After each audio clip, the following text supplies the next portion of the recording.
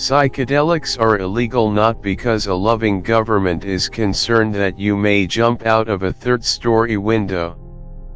Psychedelics are illegal because they dissolve opinion structures and culturally laid down models of behavior and information processing. They open you up to the possibility that everything you know is wrong. Chaos is what we've lost touch with. This is why it is given a bad name. It is feared by the dominant archetype of our world, which is ego, which clenches because its existence is defined in terms of control. The cost of sanity in this society is a certain level of alienation. You are an explorer, and you represent our species, and the greatest good you can do is to bring back a new idea, because our world is endangered by the absence of good ideas. Our world is in crisis because of the absence of consciousness. If the words life, liberty, and the pursuit of happiness don't include the right to experiment with your own consciousness, then the Declaration of Independence isn't worth the hemp it was written on. The syntactical nature of reality, the real secret of magic, is that the world is made of words. And if you know the words that the world is made of, you can make of it whatever you wish. You have to take seriously the notion that understanding the universe is your responsibility, because the only understanding of the universe that will be useful to you is your own understanding. You are a divine being. You matter, you count. You come from realms of unimaginable power and light, and you will return to those realms. If you don't have a plan, you become part of somebody else's plan. We have been to the moon, we have charted the depths of the ocean and the heart of the atom, but we have a fear of looking inward to ourselves because we sense that is where all the contradictions flow together. Western civilization is a loaded gun pointed at the head of this planet.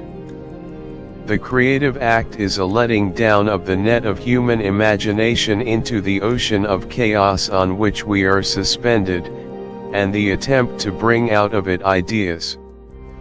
It is the night sea journey, the lone fisherman on a tropical sea with his nets, and you let these nets down, sometimes, something tears through them that leaves them in shreds and you just row for shore, and put your head under your bed and pray.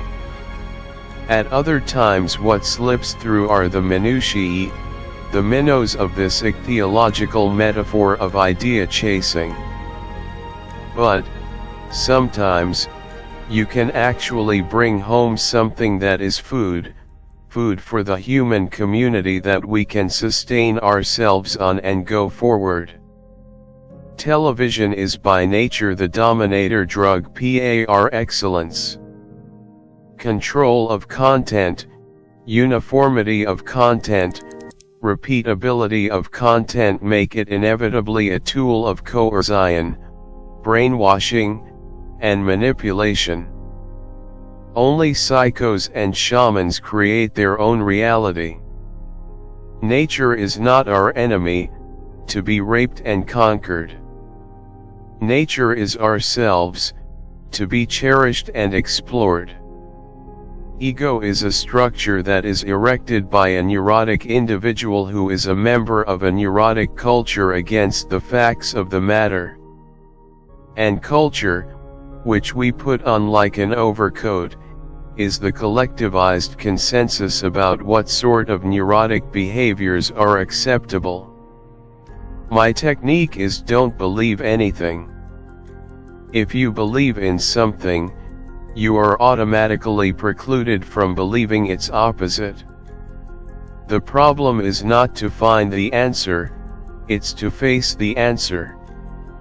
Half the time you think you're thinking, you're actually listening. The apocalypse is not something which is coming.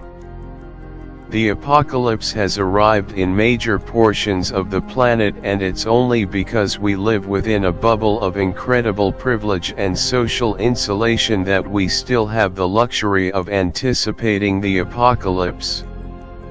Nobody is smarter than you are. And what if they are? What good is their understanding doing you?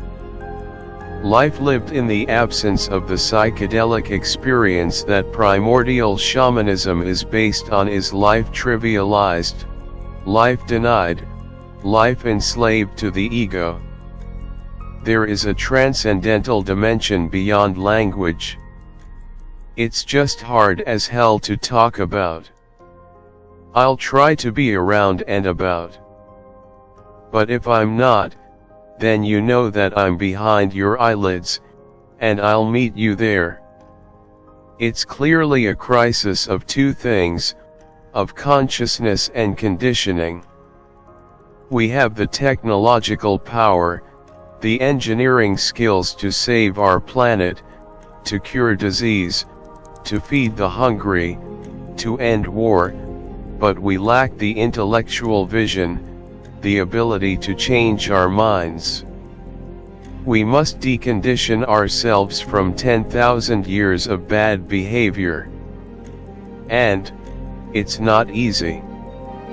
The imagination is the goal of history. I see culture as an effort to literally realize our collective dreams.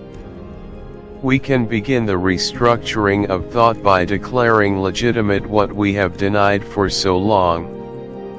Let's us declare nature to be legitimate. The notion of illegal plants is obnoxious and ridiculous in the first place. Right here and now, one quanta away, there is raging a universe of active intelligence that is transhuman, hyperdimensional, and extremely alien. What is driving religious feeling today is a wish for contact with this other universe.